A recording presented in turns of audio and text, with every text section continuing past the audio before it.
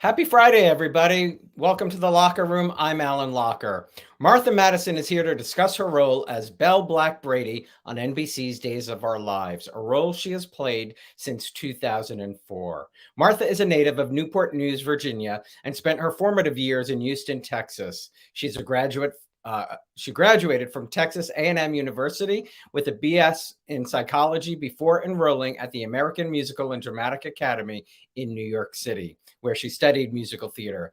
Martha has also made appearances on the hit TV shows One Mississippi, Criminal Minds, and Law and Order: Criminal Intent, as well as a variety of comedy and drama features for Netflix, Amazon, and Hallmark. In 2018, she was honored for her work on Days of Our Lives with a Daytime Emmy nomination for Best Supporting Actress. In addition to acting, Martha is an experienced restaurateur, and I believe she currently serves as the Vice President of Recruitment for One Haus, a New York-based firm specializing in executive recruitment for the hospitality industry.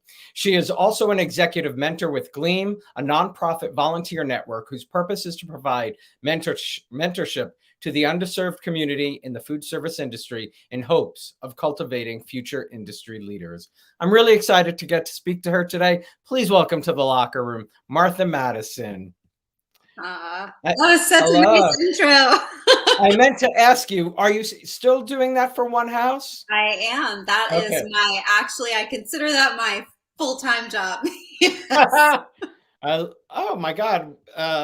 This is a first, I think, during my show. We got hi, Martha from Israel. Oh my gosh. Hi. Yeah. Nice. Wow. I'm going to go right to her, to his or her question, because I can't read the Hebrew. I should as a Jewish boy, but I don't read Hebrew anymore. She was curious if there's anyone from Days you haven't worked with who you wish you would. Gosh, I don't know. That's a hard question. I think I feel like I've worked with everybody at least once. I mean, I'm sure everybody's been in trouble. I've been the lawyer, right? You know? 17 years. It's kind of likely you've probably crossed paths with most. Yeah. You know, what I can say is I would like to work more with like Sal, you know, and Jim Reynolds. I love working with him, and I feel like I see Sal all the time, and I never get to work with her. So I'll take her. When you actually hear, first of all, thank you to that fan from Israel. I love having someone from Israel watching. Yeah. 17 years. When you hear that number, what does that like? Could you have imagined it? I mean, I hoped it. I always, soaps was my only dream aside from musical theater. But I have to say it kind of like itches my imposter syndrome when you say 17 years, because I actually wasn't on the show for 7 of those years. Right. So but I'm so grateful to still be on it. And, you know, I'm a lifer type, so I'm hoping I'll be there until the sun sets in Salem. I apologize for not knowing this, but what show did you grow up watching? Days of Our Lives. I watched Days of Our Lives and a little bit of Young and the Restless with so I have 2 sisters. One sister watched Days and the other sister watched Young and the Restless. But I was a lot younger than them, and so Young and the Restless was a little bit old for me. Like, you know, the content was like I didn't understand it as much. Yeah.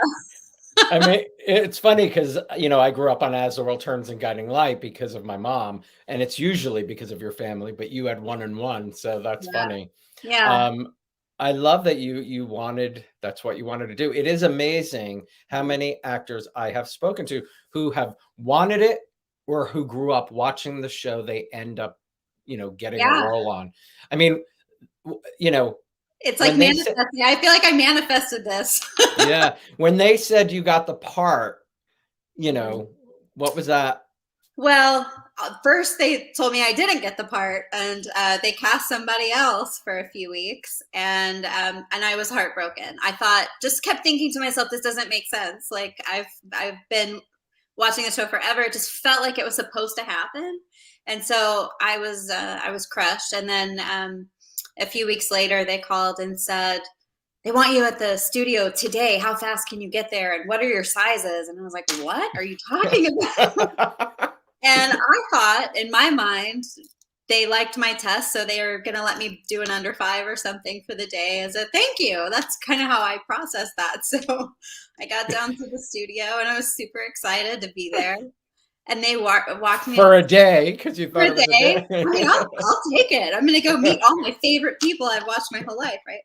And so they walked me up to the producer's office, and he closed the door and got real serious. And he said, you know, we want to cast you as our Belle, and we need you to start today. And here's 2 scripts, and we're going to send you down to hair and makeup right now. And wow. I mean, I think I shot both episodes before I even processed what had just happened. Right, that you got a job. And told my mom, and my mom was like, what? You know, it was so great. It was That's really so one of funny. the best days of my life. Yeah. Yeah, I bet. And one of our fans had asked, did you ever have the opportunity to meet Charity? I tested with her that the day. So they had gone through 2 different groups of girls at the testing level, and before I even got to read for the part. So they had passed on a bunch of people, and I got in. I was the very last person that auditioned for the part. And it was like 5 o'clock on a Save the Friday. best for last. It was just, I barely got in under the wire. And I went back the next Monday to read for producers, and I had a horrible audition. I left the studio going, yeah, it's over. I'm done. And then they called me back to test. There were 4 of us that tested that day. I did meet Charity that day. She's so sweet.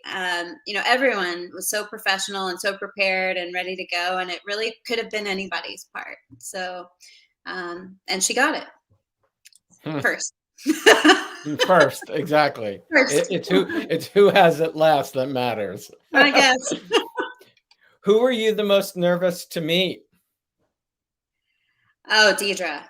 Definitely. And I didn't work with her for a while because she was on the island. So, right, you know, she was dead. And so I had a chance to sort of get my bearings and get used to stuff before actually meeting her and working with her. But man, I think, you know, she just like put me under her wing and was like, this is where we're going, girl, you know, and she's just been really like my work mom in a lot of ways since day one. So I'm very lucky. I love that. I wasn't going to jump into today's, but I'm glad we are, because I love this story. Grant says, hi, Martha. Love Belle. You do such a great job. Glad you are there. That's so nice. Thank you, Grant. So let's talk about Thanksgiving. You were in the Big Apple. Yes. You took your 8-year-old daughter, you know, for the first time where she could really enjoy it. Yeah. Oh my gosh. So, I mean, New York is like the happiest place on earth for me. Some people pick Disneyland. I pick New York City. I can agree with you. I mean, I like Disney, but New York is a much happier place for me. I love the busyness. I love the people connection. I love the history. I love, you know, the theater. I love all of the stuff there. And how fast it moves, and that you're never alone. You know, I love all that stuff. And I've taken Charlie a few times as a baby, but this was really the first time that she like experienced it. Like eyes open. Yeah, yes. And so we decided we were going to go. I have friends that live in Westchester. We were going to go spend Thanksgiving with them, and we'd spend a couple days in the city before. So I took her to see The Lion King. It's her first Broadway show. And I looked over at her when the curtains came up and everything came out. I just looked at her, watched her watching the show. And it was that magic thing that happens when you love the theater. And it was like, I was in tears. Well, that show is an incredible show. And that show as your first Broadway show, you know, even The Lion King as your first animated movie. I worked at Disney when that movie, I worked for the movie division. I worked on The Lion King. That's amazing. And, you know, it just, you know, that as a movie experience is something. So I can only imagine as an 8-year-old's first Broadway show, that whole opening number. It was amazing. It was amazing to watch. And she has been a huge fan of the movie and the spin-off, and she has all the special edition books, and so she knew the story, and I think that also helped her connect to the theater. But as someone who loves the theater, grew up doing that and studying and that, musical theater, yeah. my daughter love it so much was like overwhelming. It really was so cool. So we Well, decided.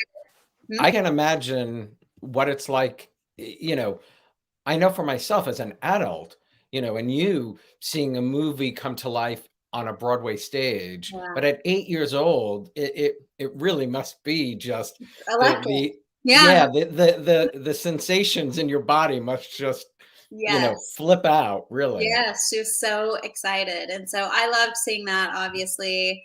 And we went to the Macy's Thanksgiving Day Parade, which I think every kid should have a chance to do at some point. And this one was really special for me. My mom and I used to watch it every year together. And so it was just a very special way to spend Thanksgiving, taking her for the first time to the parade. So it was really lovely. And so we were going to leave after we went to Westchester, but I was like, oh, she's getting it. Let's stay. So we stayed for a few more days. I took her to the Rockettes. I took her to you're, like, what else? What else? You're like, she's falling in love with this city like I did. So it's like mission New York, fall in love with New York City, so we can all, end up here together someday. Well, I was just going to say, she might pick there for school. Never know. What was she excited to see in the Thanksgiving Day Parade? Oh, well, Santa. I mean, of course. But yeah. It's so funny. We got there a little bit late, and so we weren't in the front. And my daughter is a boss, like a real boss. And she was like pissed that she couldn't see all of the, the ladies and the bands and stuff. And she pushed her way over like 30 minutes. She got to the very front. She's like, I'm standing right here. And she watched the rest of it, loved it. So great. I love that. I love that. Yeah. Take me back to your childhood in Houston. What was your childhood like there? Oh, my childhood. How much time do you got? Were you like Charlie? No, I was completely opposite. I was, well, first of all, I had sisters. I had older sisters. I was the youngest. And I had a single mom. So we all kind of grew up together. It was kind of a free for all. And I was a really shy kid. I was really quiet and I didn't talk very much. Not for any other reason than I was just very shy. And, they put me in acting classes when I was really young to try to crack me open a little bit, and it worked. So I started doing theater really young, and that was sort of my safe place, my happy place to be. And then other than that, I mean, I had a pretty normal childhood. I went to high school in Houston and then went to college pretty close by and ran away as I could. Talk about college, because you chose psychology at the time. Was that something you thought you would go into? No. No, it was practical. My original major was dance. And in fact, my freshman year of college, I went to Texas Tech and studied dance. And that's really the route I wanted to go. But as the third child of a single parent, my mom didn't want to pay for me to go to school to study dance. So my grandfather stepped in and said, I'll pay for you to get a 4-year degree, but you have to get something legitimate.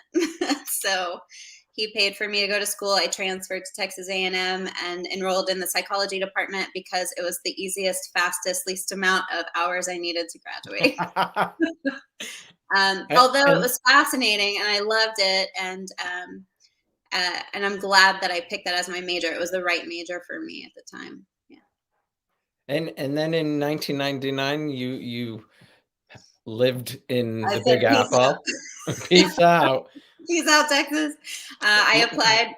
Yeah, go ahead. I applied to 2 different theater schools, one in London called the Guildford School and one in New York called AMDA, the American Musical and Dramatic Academy. And I just kind of said, if I get into one of these, I'm going. And if I don't, then I'll find something else to do. Maybe I'll go get my master's degree or something. And and I got into AMDA. And so I was like, all right, that's the universe. I'm going to New York. And that's Talk about arriving 1999. What do you remember? I mean, coming from Texas, had you spent much time in New York before? I had been to New York twice before. Once, like a year before, with my mom, which was the first time I'd ever been to New York, because I told her I was interested in going there to do theater, and she said, "Well, let me be the one to take you." So she took me. We had a great trip, and then I decided I was going to audition for the Knicks City Dancers. And so I flew back for 3 days by myself and spent 3 days in the city auditioning for the Knicks. I got to the final round and then I got cut, and I thought, I don't know, maybe I shouldn't be coming here. I don't know what I'm doing. And then I got accepted to school and I moved back just a few weeks later. I showed up to this. We lived in metro housing on the Upper West Side, which, for those who don't know what that means, we lived with a lot of I don't want to say homeless community, but people who were being sheltered there by the city. It was like students, metro housing, students, metro housing. So it was a very interesting place to live. And whereabouts on the Upper West Side? It was on 70th between Broadway and Columbus. Right next to us was the Pantheon building where Madonna lived. Like sharing a shower with some interesting people. It was a very weird time. But when I arrived there, the day I arrived there, there was a union strike out front. And so I don't know if you've ever seen, they have the big stuffed rat that walks around. Yeah. So there was literally a rat walking around the front door when I went to my house for the first, or my apartment for the first time. It's crazy. Is the American Musical and Dramatic Academy up on the Upper West Side as well? It is there. Well, they had two campuses at the time. The main campus was in the basement of the Ansonia building on 72nd Street. Oh, wow. Broadway. Beautiful building. Yeah. Angelina Jolie lived there when we were going to school there. We used to see her all the time. It's the best thing about New York. If you walk with your eyes open, you see everybody. My family hates me because I see celebrities and people, just they're because everywhere. My eyes they're everywhere. It's just part of the fabric of New York City, really. That's exactly right. I remember I was in the lobby once, and my friend, we were talking, and she came by. Angelina Jolie came by, and Gia, the movie, had just come out, which was amazing. If you haven't seen it, you should. And my friend Cynthia said, "Oh, it's so nice to meet you. Your movie's so great." And she said, "So do you live here?" And she said, "No, I'm going to school here. I'm trying to be an actress." And Angelina Jolie was like, "Yeah, me too." And I was like, "Yeah, me too. You're going to win an Oscar this year." Anyway, so the second campus was on 60th. And so we would just hustle those 12 blocks 2 or 3 times a day between classes. I was very thin. What was the best part of living in the Big Apple? Oh gosh. I mean, just the people. Even to this day, the people I met that first year or two that I lived in New York are my very best friends. Just my chosen family. I can't imagine how different my life would be had I not done that. And I worked in the restaurant industry to support my school and all of that stuff. So you meet the most incredible people in the restaurant industry in New York City. And so it was Which restaurants? I worked at so many. I opened Jimmy's Uptown, which was on 51st and First. He had Jimmy's Bronx Cafe. Is that brother Jimmy's or something else? No, this was Jimmy Rodriguez owned Jimmy's Bronx Cafe, which was sort of a celeb hangout in the Bronx. And then he opened one in Harlem, and it became sort of the big hot spot in Harlem. And then he opened Jimmy's Uptown, which to him meant the Upper East Side. So we did all of those. And then, I opened Flatiron Lounge with Julie Reiner, who has gone on to be, one of the top 50 bars in the world. She has Clover Club in Brooklyn now. And it was just a great time for me to meet a lot of people that were coming up in the industry at the time. Did you realize at the time you'd kind of still be in that world today? Was it, No. yeah, that's interesting. No, I mean, I loved it. And again, I loved the energy of it. I loved the people connection part of it. I loved the pace of it, and, all these crazy characters we would meet. And, there was never a day that went by that wasn't interesting and, a great story. And so it was a natural fit for me. I hesitate to say I'm kind of an overachiever, but I think I am. And so I really wanted to continue moving up that ladder because I wanted to keep challenging myself. So I kind of accidentally, pushed myself to a place where I was running restaurants for a living. Well, you also, when you're an actor, you don't really know where the next paycheck is coming from either. Exactly. And I needed to have that stability financially. Right. I don't come from a rich family, so I had to figure out how I was going to support myself while. And if you were staying in New York City, for sure. Sure, and it allows the flexibility to audition and take time off if you book work, and so it just made sense. How did you end up out west? The blizzard of 2003. You ran out of New York. I did. So it's a funny story. Through a weird series of events, I ended up doing work with Mattel as their Barbie doll. So I would go and do like Barbie appearances with them a long time ago. I love that. And it was the week of the International Toy Fair. And it was also the worst blizzard that they'd had in New York City since 1996. And so I think I walked home to New Jersey. No, I couldn't. Mine must have been before that in the 90s. Oh, it was horrible. I mean, I was confused. 2003, you said? 2003. It was like February of 2003. Yeah, I was living in New York at that time, so I didn't have to go anywhere. Well, most of the city shut down, but the International Toy Fair was like, we're selling dolls, get to work. Oh my God, that's hysterical. I had like mascara all down my face, just like, and I walked in the building and I just said, I'm done. Like, I'm done. What am I doing here? Dressed in this freezing cold. I'm leaving.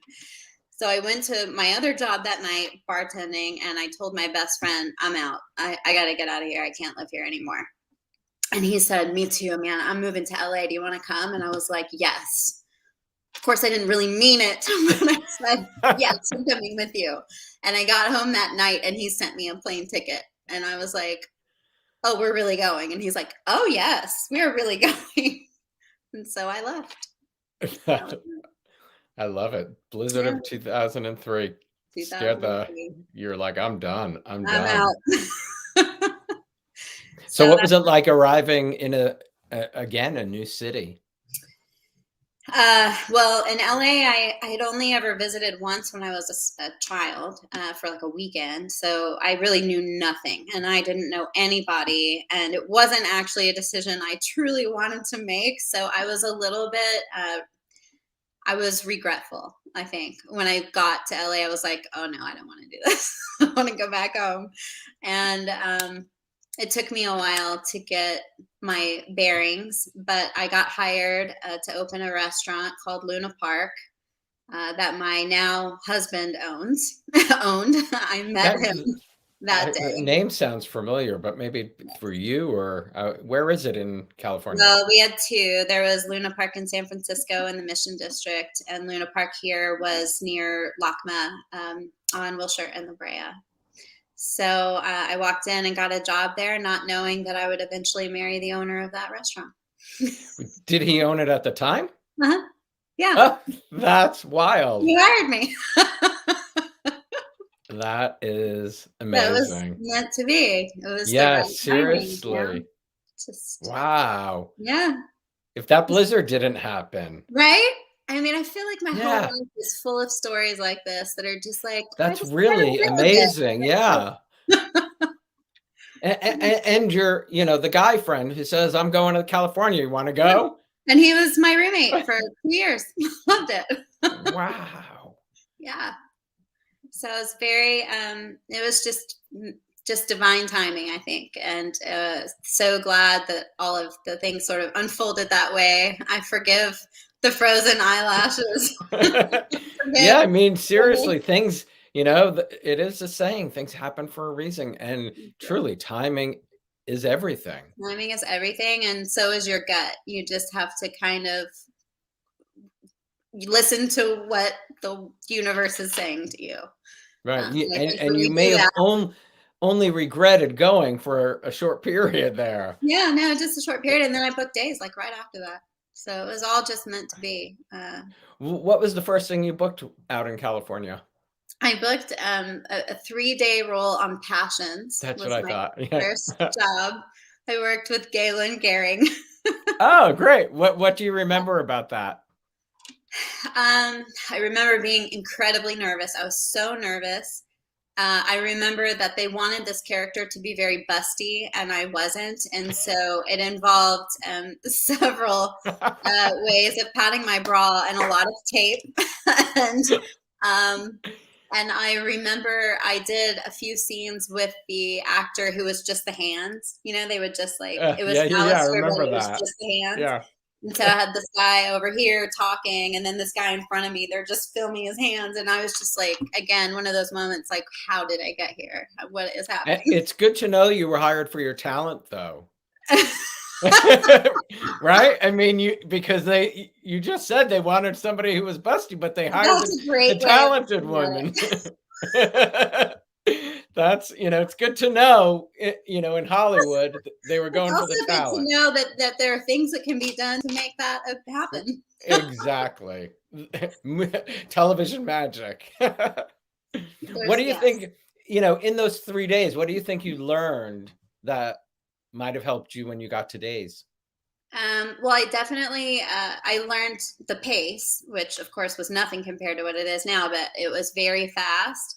Um, uh, Isn't it that was funny though? I know because, I started at Azrael Turns and Guiding Light in 97, and then, they went off into that and the pace just increased. But like, right. viewers really, we talk about that pace, but that, Yeah. I don't think you can really describe My what only you go. other experience prior to doing that was like a couple co-star roles on primetime, which you just basically just sit there most of the day, or they call you and then you'll film a 3-minute thing 10 times and that's it. So it was just a very different environment. Mm. um, and I remember thinking how small the studios were. I was so surprised at how small everything felt when on TV it looked so big. And everyone was just really nice. It was just a very professional environment. I have very good memories of that time. It was good. Hmm. It was good. You spoke a little about your first day in Salem, which you didn't realize was like your first day. I didn't. What else do you remember about that day? Who were you working with?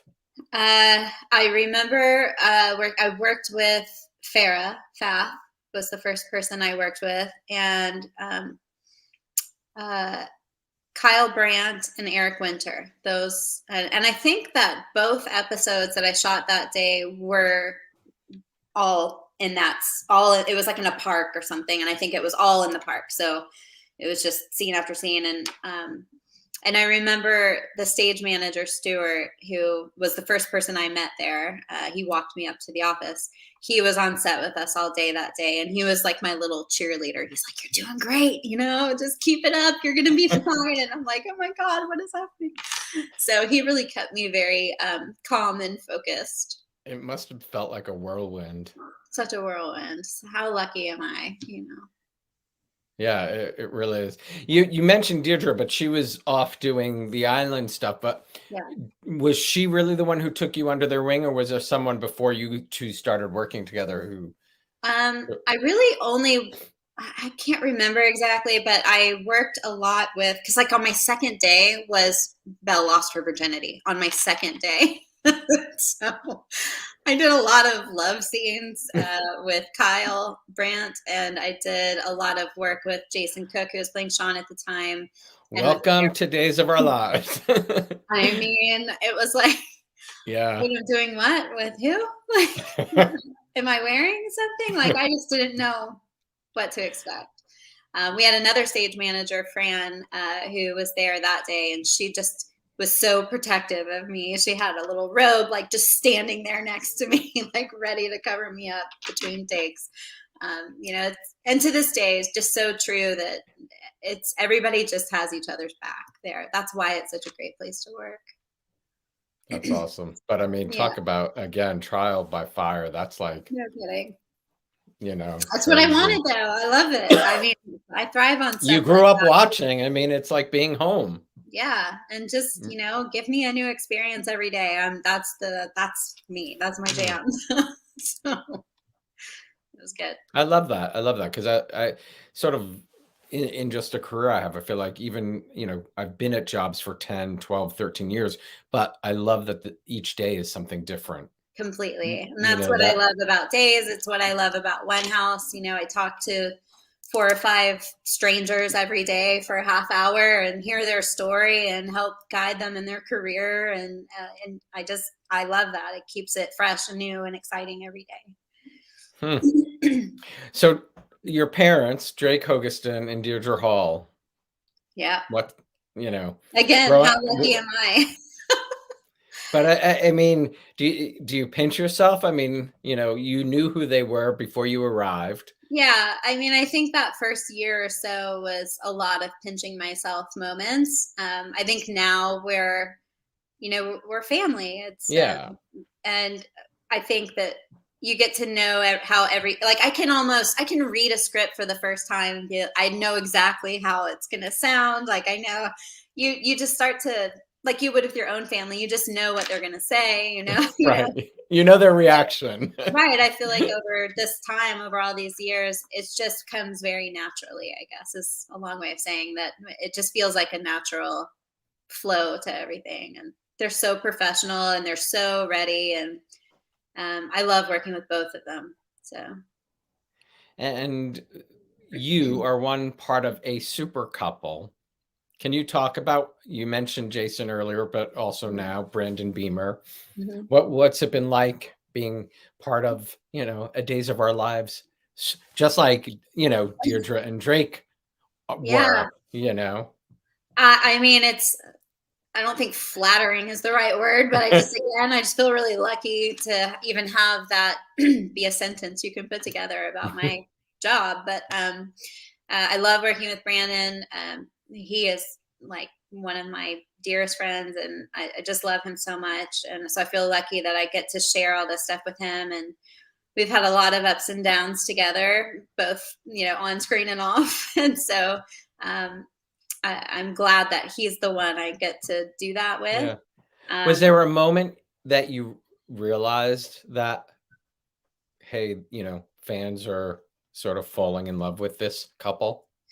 Yeah, I mean, I think that a lot of fans have. I think that we both came from the disadvantage of having really popular actors play our parts before and having several transitions through that pairing. It was Jason and me, and then I think it was Jason and Farrah, and then it was me and Kyle, and then me and Jay, and then it took a while for all of it to sort of even out where it was just Brandon and me. And I think by that time, there was. And I totally get this as a viewer too. You have your favorites and it's hard to get used to new people and the way they sort of mesh together on screen. And so I think that it took us a while to get our groove between us, getting a fan base for the two of us and then, getting written off for so long and then trying again and coming back divorced. And it's like, I don't feel like we really, until this last couple of years, had a chance to get our footing as a solid couple. But as they say, a happy couple in soaps is not a good thing. Not a good thing. Boring. Dinah says, sexy eyes Brandon. Yes, I agree. He's not bad to look at all. He's pretty good to look at. At all. Olivia Rose Keegan plays your daughter. What was she like working with her? Well, my first day back on the show after 7 years was with her, and it was her first day ever. And so, Sounds like your thing. I know, right? So I did. I had that sort of I got you this time, you know, the way Deidre had me, and I was like, I got you, and I feel like we really formed that relationship. And I loved watching her blossom. I knew the minute I met her that she was going to be a huge star, and she's so talented, and she's so charming, and she's so grounded, and I'm just so happy to see all her success. That's Yeah, awesome. yeah. The person from Israel is asking, you did a great job during Marlena's life support story. What was it like playing that story that showed a different dynamic with John and Belle? I loved it. I loved everything about that story for so many reasons. You know, on a personal level, I had just moved to Texas and said, you know what, I'm done with the industry. I don't want to do it anymore. And as things happen, you know, the minute I touched down in Texas, they're like, actually, I'll Come back, get have a couple a weeks to work for you. buy a return ticket. Right. And I was like, okay, well, it's just a few weeks, you know, I can do that. So funny And how weird things work out, isn't it? right. And so a few weeks turned into this big story. And I loved that it was a family story. I loved that all of the different players of that family got to show their dynamics and interact together. And I think that's what makes really compelling soaps. That's what I love to watch. And so I was excited that they were doing this huge umbrella story. I loved that they were doing it around an issue that is close to a lot of people. And it was something that I was actually going through at that time in my life. You know, dealing with sort of my mom's end of life and how, you know, we were going to all handle that together, and her care and all that kind of stuff. And, you know, I have two sisters, and we mostly agreed, but we didn't always agree. So I was able to really connect with some of that material. Um, and I loved working with Drake. I mean, he always brings his A game, but I feel like we knew when we read these scripts that this was like soap magic. Like we really needed to lean in and do the stuff, like go all the way in. And he did, and I tried to as well. And I think that those scenes turned out to be some of our best work ever. Love that. Yeah. Love that. I had written down on my questions to ask how you met your husband, but I know that story now. But how Well, did COVID? Go ahead. I was gonna say all of my previous boyfriends were all restaurant people too. I just had a thing for restaurant people, and That's incredible as well. you know, I got the boss on this one. So Yeah, you got the big cheese. right. Before we dive into the restaurant work, Mysterio was asking, is there something you'd like to see Belle do on days? I mean, there's a lot of things I'd love to see Belle do on days. I will say, I've been how do I say this? It's been a very exciting time for me this year. I've gotten to spread my wings a little bit creatively, so I'm getting to do a lot of the stuff I've always wanted to do. Would you still love to do a musical theater role? You know, I did a play in New York in 2012 for New York Fringe, and I experienced for the first time in my life severe stage fright, almost Oh, paralyzing. I got through the show, oh but I no. realized at that time that maybe theater is not in the future for me. Wow, Not isn't that interesting? I mean, just yeah, sort of our physical makeup changes, you yeah. I react. was think I had been away from it for so long, and I'd gotten so comfortable in what I've been doing, which was the Wow, reason I did the show and wanted to do the show. But it wasn't a completely positive experience for me. wow. Sorry to So hear that. I But think I think I would second guess it now. Yeah, I don't think yeah, I would say yes to it. things, are it is true. As Yeah, we just get older, things change in yeah. the way we I also look at think that, you know, look at the things. industry is fairly brutal at times, and you know, what could be sort of blind confidence in a 21-year-old can turn, you know, into a lot of self-doubt and insecurity as a 40-something year old. And so um something maybe to work on at a later date, but I'm pretty happy just doing what I'm doing now. Absolutely. So I was going to ask, speaking of AJ, how did COVID impact his work as a restaurateur? And by the way, I always thought you spelt restaurant because I was shocked seeing it on your There's bio. no N. I know. I thought it was misspelled.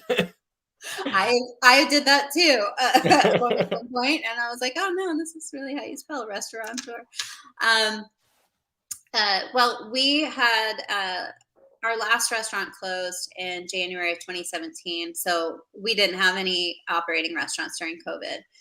But I was working for One Haus and recruiting for the restaurant industry. It was my primary job, and so I was really, obviously, I was very affected by it, but so was everyone I worked with.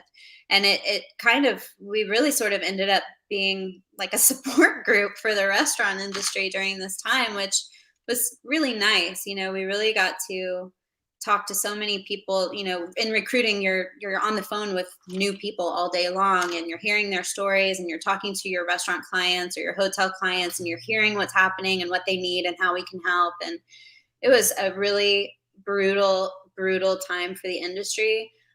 But the good news is I think it really highlighted some of the problems that the industry has always faced, which is shrinking profit margins, and how do you raise, how do you make money when the cost of doing these kinds of business keeps rising and rising, and you can't really charge, $100 for a steak, which is really kind of what it costs to pay people what they should be making. So it's gotten the national conversation going about some really important issues that the restaurant industry is still facing and will continue to face going forward. And you and your husband started hosting a podcast in 2020? We did. We tried. We were so bored, and we were home, and couldn't really go anywhere. And we thought, I had been having all these crazy conversations, and we're both just really passionate about the restaurant industry, and thought, why don't we just do a little podcast? We'll see, if anything comes of it. And it was really fun. We did it for a while, but honestly, I think it got kind of depressing. And it was actually, my husband is a very creative person, and he actually went to film school, so he was really getting all into the editing process and the music, and making things really. So he was really excited about the technical aspect of putting these podcasts together, and that's not really my jam. So I was like, just didn't want to do it anymore. Yeah. How did he end up in the restaurant business? Is it something he always wanted to do, or through family? Well, he has a really interesting background too, but he started bussing tables at Alice's restaurant in Santa Monica. He went to high school in the Palisades here, and he was just like, wow, I'm making cash every weekend, like getting free beer from work and whatever. He just thought it was really fun. Money and beer at the ready is a good thing. Totally. But I think he also is a high achiever and really wanted to advance through the industry. He's also he is the smartest person I've ever known in my whole life, and he just really understands the operational aspect of a restaurant. It's a very dynamic thing to do, and really difficult for most people to do it well. And he really just was meant to do it. He was just a master of his craft. So he and his best friend, who was a chef, opened their first restaurant together, Luna Park in San Francisco in 2000, when the economy was booming and they were just printing money. I'm gonna have to ask my friends if I've been there. I don't know why Luna Park sounds so familiar to me. Well, there used to be not a restaurant. Well, I guess it was like a cafe in Union Square in the summertime that was Luna Park, but that was not. Yes, yeah, totally. I know, because my sister has an apartment in Union Square, and we were there recently having drinks, but it's no longer Luna Park. Yeah. No, and they would only pop up for the summer. So it was like a 3-month pop up every summer. Yeah. Oh, wow. Yeah. Would you ever want to open a restaurant together in a city like New York? Nope. Nope. That was a quick answer. I am What? never going to open another restaurant, but my husband is opening another restaurant here in Los Angeles. God help him. God help us all. But why do you say that? What's the most, or what do you find the most challenging about? The unpredictability of it, the fact that you're really, there's only so much that you can control. You really are at the mercy of so many variables, from weather to sporting games to economic crashes and pandemics. And, I'm a control freak. So I want stuff that I can put my You hands lost a around. bit of that in the past year and a half, I can tell you. I don't We need to all do did. that anymore. Yeah, So, we all did. Wow. but I do love the industry. I appreciate it, and I want to help support it in other ways, in the ways that I can. But I don't want to be in operations ever again. No. What kind of restaurant is he opening? I can't say, but Oh, okay. Well, it'll let be us know when it, similar. yes, let us know when it is, when I you will let can you know. say. I don't Yeah. want to. I don't want to jinx anything. No, I totally understandable. So you mentioned, and I mentioned in the intro, you're the Vice President of Recruitment for One Haus. Right. Talk about how did that job come about, and what you love about it. Well, this job, again, it was just a bunch of timing things that lined up. But like I said, we closed our last restaurant only after 4 months of business. We opened at a time when they were doing really heavy construction on the subway right next to us. And our restaurant just never took off. It just failed to launch. And it was a very painful process in a lot of ways for both of us. But we needed to get back up on the horse and keep going. And so I was on LinkedIn looking for jobs, and I wasn't working on days at the time, and we needed to work. So I saw a really great job opportunity in New York, because I thought, let's just get out of LA. LA is cursed for us. Let's just go to New York. And I sent AJ's resume for it. And I said, Oh, you did? I did. And I said, do you think he'd be right for this for this job? And they got back to me and said, no, this person needs to speak Turkish, but we are looking for recruiters. Is that something you'd be interested in? I was like, never thought about recruiting. What does it entail? And he said, well, you've owned restaurants. How many people have you hired? And I said, all of them. And he said, okay, well, then you know what you're doing. I said, okay. So that was Mike Hewitt, who is the owner of One Haus. And he put me in touch with the president of the company, Agatha Kavanaugh, who's an incredible woman and leader and just mentor. And she really taught me everything I know. And I was very gratified, by the process of being able to help people in a time like I had been in, which, it's a very hard place to be when you are qualified to do so many things and you don't have a job and you can't get a job. And so to be the person that can make that happen for another person is incredibly fulfilling. And I just feel so lucky to get to do that every day. It's awesome.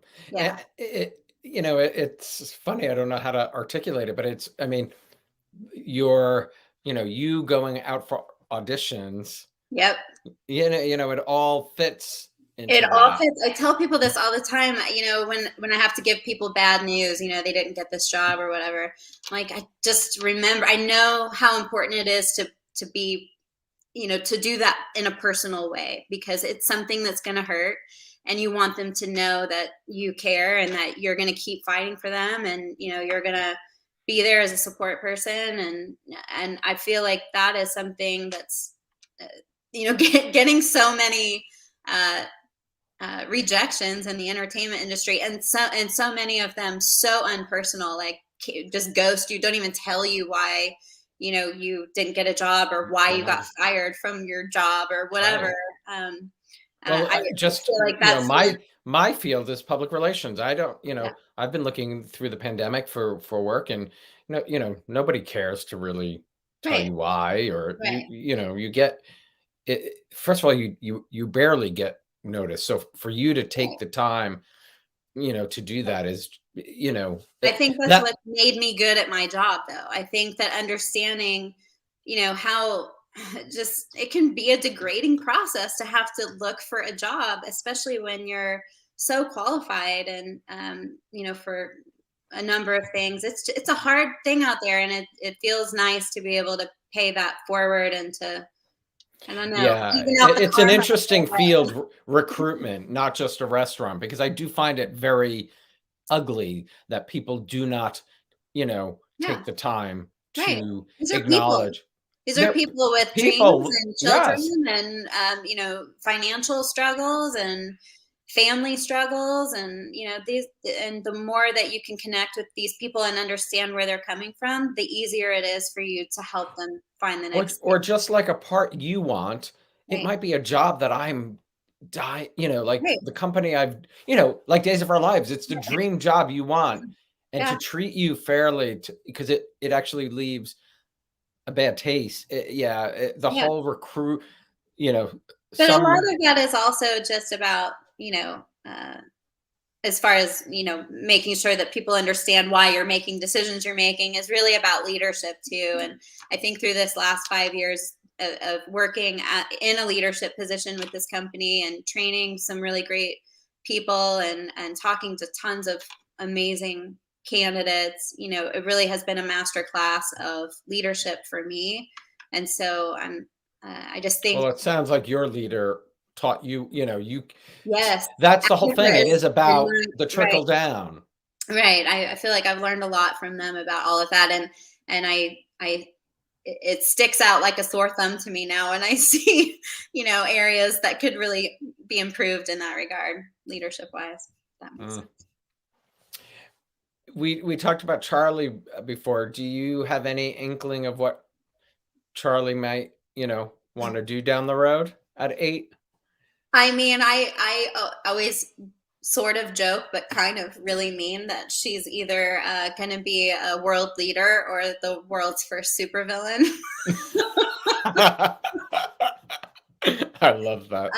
No, she's really she has shown a lot of interest in anatomy and medicine. I can definitely see her going that route. She also is quite the equestrian and really loves Oh, animals, and wow. so maybe she'll go more of a vet route. I don't know, but we come from a long line of doctors, and two of my nieces are going to study pre-med, and I Oh, think it that's may run awesome. to her too. So. Do you ride as well? And not Equestrian? formally, no. I mean, I grew up in Texas, and all my friends had horses, and we would ride around and be silly. But Charlie's in English riding classes. She wants to jump. She wants to compete. So I never did stuff like that. No, Mm. but she loves it, and she looks so cute in her little outfit, I bet. which is important.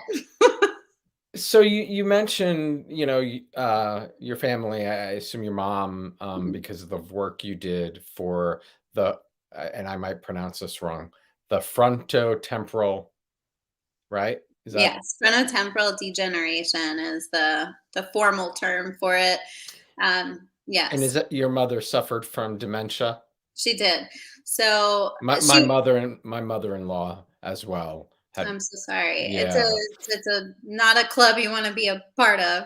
Um, And I have to be honest, I don't know about you, but for me, we started dating in 2007, and, I met his mother that year, and mhm, I'd never really, I knew what Alzheimer's was, or heard about it, but I mhm, really had no idea, you yeah, know. yeah, And since then, I have two best friends whose, family members, mhm, have Alzheimer's.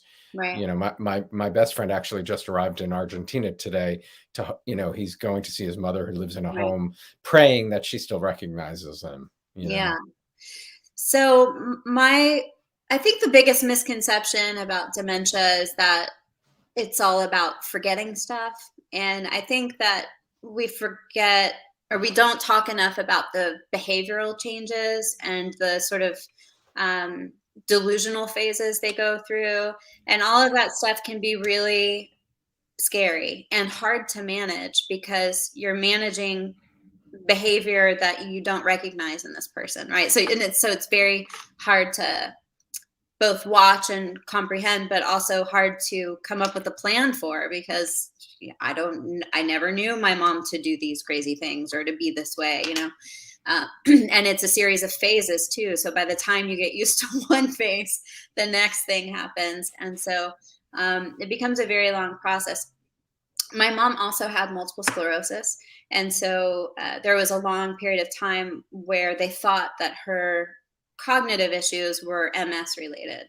And so that took a while for us to really So understand what was happening to her. misdiagnosed a She was little? misdiagnosed, right? And so we went many years not realizing that she had dementia. We thought she was just having MS symptoms. Um, and then her doctor in 2012 diagnosed her with FTD, frontotemporal dementia, which the hallmarks of are behavioral changes, speech changes. And what do you mean by behavioral? So, like my mom would have delusions. She believed that airplanes flying over were hospitals, where my grandfather was driving the hospital across the plane, like strange things like that. She would organize her shoes for hours at a time and not be able to pair them together. Just kind of crazy behavior. I think Wow. the main thing that happened that really turned everything upside down was that she took a loaded gun to a public park in the middle of the afternoon, right? Uh, And we were like, what is happening? So we had to have her hospitalized and try and figure out but that's when we got the diagnosis. The interesting thing is, though, she passed away. so hard. I mean, for you and your sisters, I can Yeah. only But thank imagine. God we had each other, right? I mean, we were Mm. so lucky that we had sort of a team of us together, because I don't think it's something I could have done alone. And would hate to know that somebody had to And do that, it and alone. there are, that's what's really amazing, that there are people. I told you Yeah. I'm in the house that my husband grew up in, and Mm. um, while his mother was still alive, she would be in this house, saying to her husband she needs to go home. And Yeah. they've lived here for 40 years, and Yeah. how he did it. He was a hero to me, like how he took care of Yeah. her, because it's very hard Mhm. on the family. It's very hard because you're having to deal with all of this, daily crisis, which really it is. So you become sort of a master in crisis management, but you're also very slowly and meticulously losing a parent or losing a Mhm. loved one. Right. Yeah. And so there's all these periods of loss and all these periods of grief that are unexplainable to people who haven't been through it. And so they're like, why, your mom's been sick for so long. I mean, I'm like, yeah, I know, but I haven't actually had a conversation with her in 15 years. Like it's not something obviously my goal now is to raise awareness, raise money, and raise Yeah. awareness of all of the support groups and people who can really be there to help you. And It really is something that they need to. I mean, right, no, nobody should have to go right, through what you went through, what my father-in-law had to. Nobody. right. It's we look at what we were able to do and get a vaccine for COVID as quickly as like. Exactly. But the good news is, I mean, they just released news a couple weeks ago that I think I. Alzheimer's, there's now going to be a study for an oral drug that Yeah. is like a vaccine, an oral vaccine. I mean, that's so amazing. They are making huge strides in research for this. And I do think in my lifetime, we'll stop seeing people die Uh, so terribly from Alzheimer's and other dementias like FTD. That would be amazing. It would Well, be amazing. let's end on a happy note. Okay. One of your fans was asking, what was it like when you heard your name for outstanding supporting actress Oh called? my God. I was by And myself. how did you find out? I was by myself folding laundry in my living room, and I turned the talk on because I knew they were going to announce the nominees. And a little part of you is like, "Oh, I hope they name me," but really, I want to know who's going to be nominated. So when the first two people they announced were both from Days, and so I was like, well, they're not gonna have three people from Days. And then they said my name, and I was like, I just couldn't believe that they nominated three people from our show. From the same. That's so funny. But I was just so excited, and then my phone started blowing up with everyone. And Did you throw the laundry up in the air? I don't know what I did. I really don't. It's like I was so shocked. And so happy. I mean, of course, every little girl who wants to be an actress dreams of a moment like that. And so I And was the show very you excited. know, again, going back to the show you grew up on. Yeah. Yeah. Was there an award ceremony that year? There was. Yeah. We got to go. It was in Pasadena, and we were living in Texas at the time. So I flew the whole family out, and we went, and it was a really fun time. Yeah, it was good.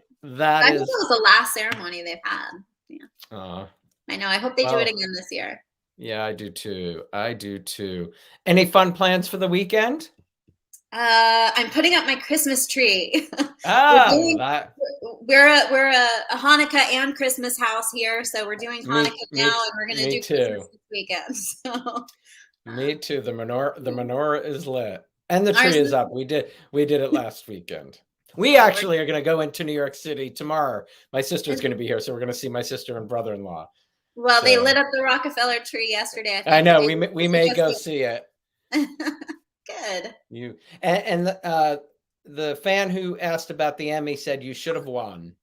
Oh, well, thank you. But I was happy just to be nominated.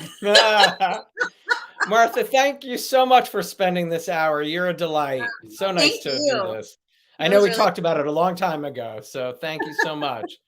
Thanks for having me. Next time let me know when you're coming to New York. I'll meet you for a drink. It won't be too long. We're definitely going to be Awesome. Have a great weekend, and put up pictures from your tree. I will, definitely. Thank you so much. Okay. You're welcome. Bye-bye. Thanks, everybody, for watching. I hope you enjoyed the show. Don't forget to subscribe to my YouTube channel. You can turn on the notifications to get reminders of all upcoming shows. Wednesday, December 8th, Terry Garber and Jennifer Landon will be here from As the World Turns. And on Thursday, actors from All My Children. Have a great weekend, everybody. Be safe.